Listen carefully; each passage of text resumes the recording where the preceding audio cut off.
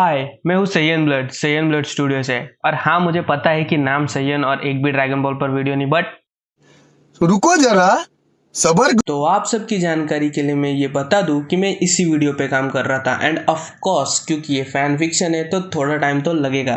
तो बिना एक्सक्यूजेस दिए लेट्स स्टार्ट द वीडियो। तो कहानी स्टार्ट होती है आफ्टर द स्नैप। एवेंजर्स हार चुके हैं, आधा ब्रह्मांड नष्ट हो चुका है, टोनी भाई लव यू 3000 और नेबुला स्पेस में अटके। हमारे हीरोज को समझ नहीं आ रहा कि ये कैसे हुआ। वो हार गए, थैनोस जीत गया, वो अपने प्लान में सफल हुआ। पूरा एवेंजर हेडक्वार्टर शांत है कि तभी एक स्पेसशिप की आवाज आती है। Captain Marvel finally Tony Stark and Nebula को ढूंढकर धरती पर ले आती है। फिर वही टोनी और रॉजर्स का झगड़ा होता है एंड बाकी सब जैसे मूवी में चलता है वैसे ही होगा, अंटिल उन्हें पता चलता है कि एक मैसिव शॉकवेव किसी प्लैनेट से निकली है। वो थैनोस है, उसने स्टोन्स फिर से यूज़ किए हैं। ऐसे शॉकवेव स्नैप के बाद भी नहीं निकले थे। पूरा यूनिवर्स कांप उठता है एंड हमारे हीरोज एक और बार थैनोस से भिड़ने निकल पड़ते हैं। वो लोग एक बार हार चुके हैं बट इस बार नहीं। वो रॉकेट का शिप यूज़ करके उस प्लैनेट पर जाते हैं और थैनोस से लड़ते हैं। एंड तभी उन्हें पता चलता है कि थैनोस ने इन्फिनिटी स्टोन्स को उन्हीं की पावर से डिस्ट्रॉय कर दिया। एंड ये सुनकर थॉर थैनोस का सर धड़ से अलग कर देता है। इधर ड्रैगन बॉल यूनिवर्स में गोकू खेतों में काम कर रहा है एंड ऑब्वियसली उसे वो पसंद नहीं, बट वो चीची के डर के वजह से कर रहा होता है कि तभी उसे किंग काई के प्लैनेट ट्रेनिंग करने जाने का आइडिया आता है। गोकू फटाफट अपने काम वाले कपड़े निकाल कर अपना फाइटिंग गियर पहनता है एंड अपना इंस्टेंट ट्रांसमिशन यूज़ करता है कि तभी MCU में इन्फिनिटी स्टोन डिस्ट्रॉय होते हैं। उधर एवेंजर्स थैनोस के मरने के बाद निराश होकर अर्थ के लिए निकल रहे होते हैं कि तभी उन्हें एक आदमी जिसके बिखरे बाल है एंड उसने ऑरेंज मार्शल आर्ट्स आउटफिट पहना है बेहोश पड़ा मिलता है। बट प्लैनेट पे तो सिर्फ थैनोस को होना चाहिए था। वो सोचते कि शायद ये थैनोस के साथ मिला हुआ है या ये थैनोस को जानता है, तो शायद ये कुछ इन्फॉर्मेशन निकालने के काम आ सकता है। वो बंदा और कोई नहीं बल्कि हमारा गोकू होता है। तो एवेंजर्स गोकू को ही बंदी या प्रिजनर बनाकर अर्थ पर ले आते हैं। कुछ एक हफ्ता बीत चुका है एंड गोकू को होश आ रहा है। उसे जैसे ही होश आता है, Natasha and captain Rogers Goku से क्वेश्चंस पूछते हैं, तुम्हारा नाम क्या है एंड तुम थैनोस को कैसे जानते हो वगैरह वगैरह। गोकू कहता है मेरा नाम सन गोकू है और ये थैनोस ये कौन है। वो क्वेश्चंस पूछते हैं बट गोकू को कुछ समझ नहीं आता। वो तो किंग काई के प्लैनेट ट्रेनिंग करने जा रहा था, यहाँ आ पहुँचा। गोकू कंफ्यूज्ड है। वो पूछता है कि मैं कहाँ हूँ। रॉजर्स कहते हैं तुम धरती पर हो। गोकू को खुद को भी ये धरती लग रही होती है बट यहाँ कुछ अलग है। वो चीची, बुल्मा, वेजिटा, गोहान इनमें से किसी को भी सेंस नहीं कर पा रहा है।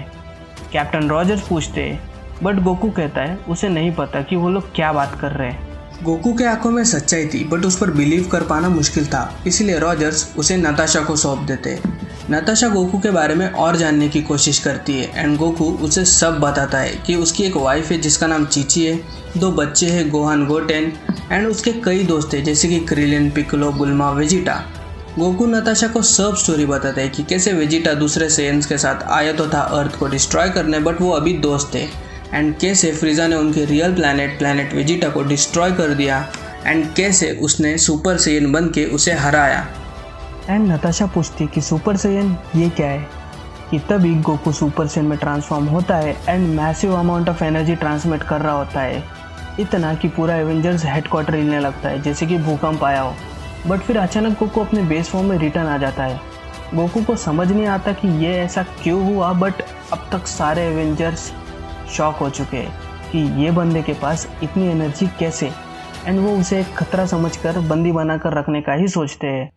ये सब देखकर नताशा हैरान तो होती है बट वो गोकू को खतरा नहीं समझती एंड वो गोकू के येलो बाल देखकर हंसती भी है। एंड फिर गोकू भी हंसता है एंड बोलता है कि उसे भूख लग रही है, कुछ खाने को मिलेगा। एंड नताशा बोलती है हाँ ज़रूर।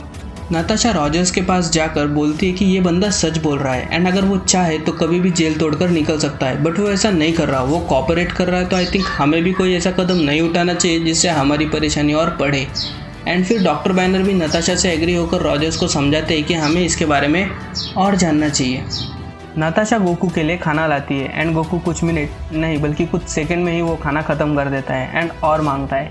ऐसे ही कुछ 25-26 प्लेट होने के बाद गोकू बोलता है चलो स्नैक्स तो हो गए, अब डिनर का क्या। एंड फिर रॉकेट कहता है कि हमारे एल लग गए। गोकू का इनोसेंस देख थॉर, कैप्टन मार्वल और सभी एवेंजर्स हंसते हैं एंड गोकू कंफ्यूज होता है कि उसने ऐसा क्या किया, बट फिर वो उन सबको देखकर वो भी हंसता है और बोलता है कि तुम लोग इतने बुरे भी नहीं हो जितना मैंने सोचा था, एंड हंसता है। ऐसे ही कुछ 5 साल बीत चुके हैं। जब एवेंजर्स के हाथ कुछ नहीं आया तो उन्होंने गोकू को भी रिहा कर दिया। गोकू अब उनके साथ ही रहता है एंड उनकी मदद करता है। एवेंजर्स ने गोकू को पूरी स्टोरी सुनाई कि कैसे थैनोस ने आधा ब्रह्मांड नष्ट कर दिया एंड कैसे उन सब ने किसी न किसी अपने को खोया। गोकू कहता है तुम लोग उन्हें ड्रैगन बॉल्स की मदद से वापस क्यों नहीं ले आते, एंड फिर डॉक्टर बैनर कहते हैं ड्रैगन बॉल ये क्या होता है, एंड फिर गोकू एक्सप्लेन करता है कि ड्रैगन बॉल 7 मैजिकल ऑर्ब्स होते हैं जिनको इकट्ठा करने के बाद इटर्नल ड्रैगन शेनरॉन आता है जो आपकी किसी भी विश को पूरा कर सकता है। एवेंजर्स के लिए गोकू एक मिस्ट्री की तरह था। उन्हें समझ ही नहीं आ रहा कि ये बंदा कहाँ से आया है एंड ये जो बोल रहा है क्या वो सच भी है। उन्होंने उसकी स्टोरीज तो बहुत सुनी है बट क्या ऐसा पॉसिबल है, इसका कोई प्रूफ नहीं। एंड क्या धरती जैसा एक और प्लेनेट हो सकता है जिसका नाम भी धरती ही हो।